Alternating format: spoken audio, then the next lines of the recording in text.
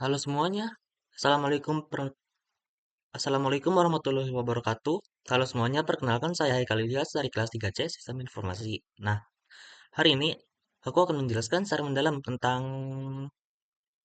modalku atau yang dimana apa tuh satu platform peer-to-peer lending yang berfokus pada pembiayaan UMKM di Indonesia. Nah, saya akan membahas mulai dari model bisnis, cara kerja operasional, metode penilaian risiko, metrik kinerja yang penting sampai studi kasus numerik agar paham implikasi investasi di platform seperti ini. Di akhir, saya juga kasih rekomendasi praktis dan jawaban untuk pertanyaan yang kemungkinan muncul.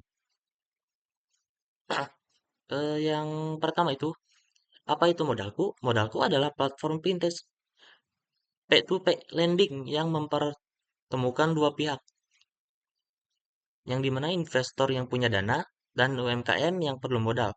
Sebagai marketplace, modalku tidak meminjamkan dana sendiri.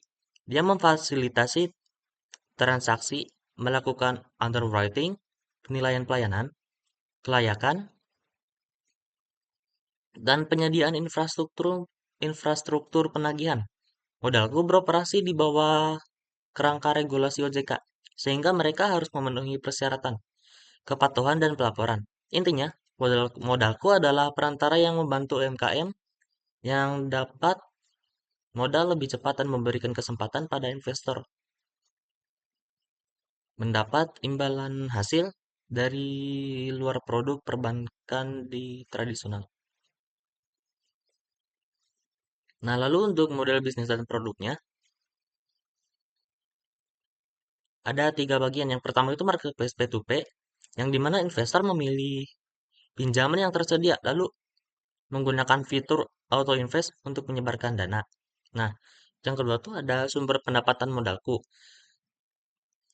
Sumber pendapatan itu dari fee atau biaya platform yang dikenakan pada peminjaman dan atau investor. Kadang bisa dari biaya admin atau komisi. Nah, lalu untuk yang ketiga yaitu produk. Untuk produk tuh tipe pembiayaannya yang umum seperti modal kerja, invoice financing, atau pembiayaan berdasarkan tagihan, supply chain financing. Nah, produk ini mempengaruhi tenor atau jangka waktu, risiko, dan likuiditas. Lalu untuk cara kerja operasionalnya, yang pertama tuh alurnya ada pengajuan yang dimana UMKM mengajukan peminjaman lewat platform, menampilkan dokumen seperti KTP, SIUP, atau izin usaha jika ada. Lalu laporan keuangan sederhana, invoice jika invoice financing. Lalu underwriting atau credit scoring, modalku memeriksa kelayakan KYC, histori usaha, rasio keuangan sederhana, dan validitas invoice. Dan informasi lain untuk menentukan risk grade. Lalu listing yang dimana bila disetujui pinjaman dipublikasi di marketplace dengan informasi tenor, bunga, risk grade, dan jumlah yang dibutuhkan. Lalu masuk ke pendanaan, investor memilih node yang ingin didanai atau memakai fitur auto invest. Pendanaan bisa per node atau sebagian. Lalu pencairan dan pengembalian. Dana dicairkan ke peminjam. Sepanjang tenor, peminjam membayar angsuran sesuai jadwal, yang dimana ada pokok dan bunganya. Nah, modalku menyalurkan pembayaran ke investor setelah memotong fee. Jika ada masalah pembayaran, modalku mengeksekusi proses penagihan dan recovery sesuai kebijakan. Nah, lalu untuk underwriting dan penilaian resikonya, underwriting itu adalah jantung keamanan platform. Komponen penting di underwriting itu ada banyak. Yang pertama ada KYC atau Know Your Customer, verifikasi identitas peminjam, lalu verifikasi dokumen seperti cek keabsahan invoice, kontrak, bukti transaksi klien peminjam. Lalu ada analisis finansial yang dimana bila tersedia, cek rasio likuiditas sederhana seperti miss-current ratio, margin usaha, dan arus kas. Lalu ada penentuan risk grade, biasanya platform memberi label seperti miss grade A sampai E atau numerical score yang menginformasi probabilitas default relatif. Lalu ada jaminan atau recovery. Beberapa peminjam punya jaminan atau kolateral atau invoice yang dapat ditagih ke pihak ketiga. Yang dimana ini menurunkan loss given default atau LGD.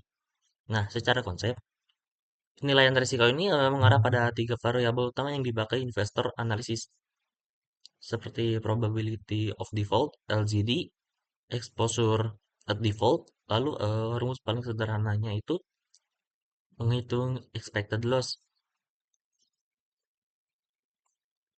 Lalu untuk di bagian metrik performanya, kalau mau menilai kesehatan dan potensi return platform dari modalku ini, fokusnya pada metrik-metrik ini ada banyak. Yang pertama itu ada tingkat pengembalian atau average yield untuk investor setelah biaya. Nah, lalu ada default rate atau non-performing loan rate. Nah, di mana itu persentase pinjaman yang gagal bayar di periode tertentu. Nah, lalu ada recovery rate, persentase pokok yang berhasil ditagih setelah default. Lalu ada distribusi tenor, yang proporsi pinjaman angka pendek dengan panjang. Lalu ada distribusi sektor, apakah terlalu terkonsentrasi di satu sektor, yang dimana ini tuh risikonya risiko sektorial. Nah, lalu faktor provisioning atau cadangan, ini tuh kalau platformnya laporkan ya. Lalu untuk kepatuhan regulasi dan audit, yang dimana itu laporan OJK, sertifikat audit jika ada.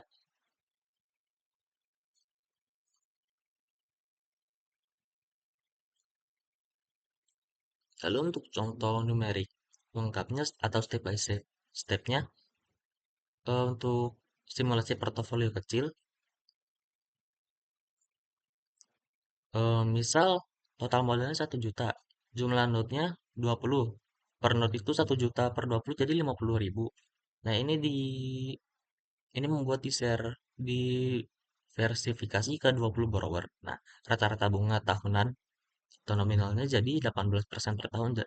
Tapi tenor rata-rata pinjamannya 6 bulan, yang dimana itu 0,5 tahun. Nah, jadi imbalan per note-nya untuk tenor 6 bulan tanpa gagal bayar, itu prinsipal dikali rate dikali tenor fraction. Yang dimana ini tuh 50.000 dikali 0,18 dikali 0,5. Nah,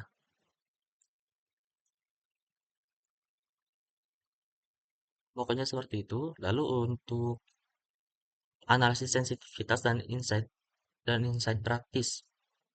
Nah, untuk ini tuh ada diversifikasi yang menurunkan volatilitas hasil. Lebih banyak note berarti dampak satu default relatif lebih kecil. Nah, lalu recovery rate-nya sangat menentukan.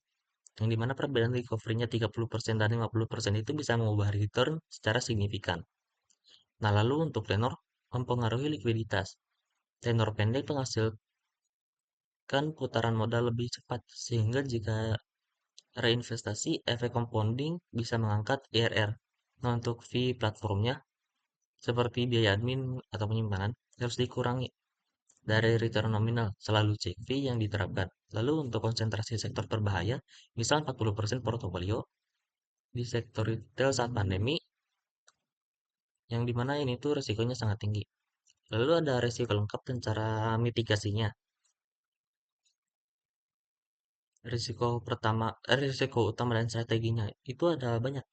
Yang pertama ada risiko kredit yang kalau gagal bayar mitigasi. Nah, untuk mitigasinya diversifikasi ke banyak dot, ke banyak not. Pilih grade risiko campuran, pantau sektor, gunakan auto invest dengan batasan PD. Nah, lalu untuk risiko likuiditas, mitigasinya itu sesuaikan porsi modal yang disisihkan untuk kebutuhan darurat. Yang dimana ini tuh pilih tenor sesuai horizon likuiditas, lalu cek apakah platform sudah punya secondary market. Kalau ada, soalnya itu membantu likuiditas. Nah, Kalau untuk resiko platformnya seperti operasional atau fraud, mitigasinya itu periksa track record platform, struktur struktur manajemen, audit atau keuangan, transparansi pelaporan, dan regulasi OJK. Nah, kalau untuk risiko regulasinya, mitigasi mitigasinya tuh pantau berita regulasi OJK, alokasi sebagian kecil portofolio ke instrumen lain jika khawatir perubahan kebijakan. Lalu untuk resiko reputasi dan legalnya, mitigasi itu mitigasinya tuh pilih platform yang terdaftar dan auditable. Yang dimana itu cek review independen dan laporan resmi.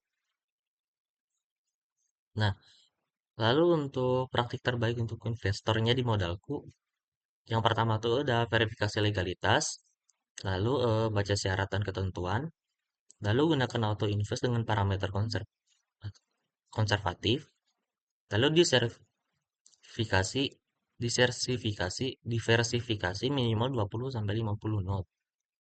Yang dimana ini tuh tergantung modal. Semakin banyak, semakin kecil dampak default per node-nya. Lalu cek historical performance platform.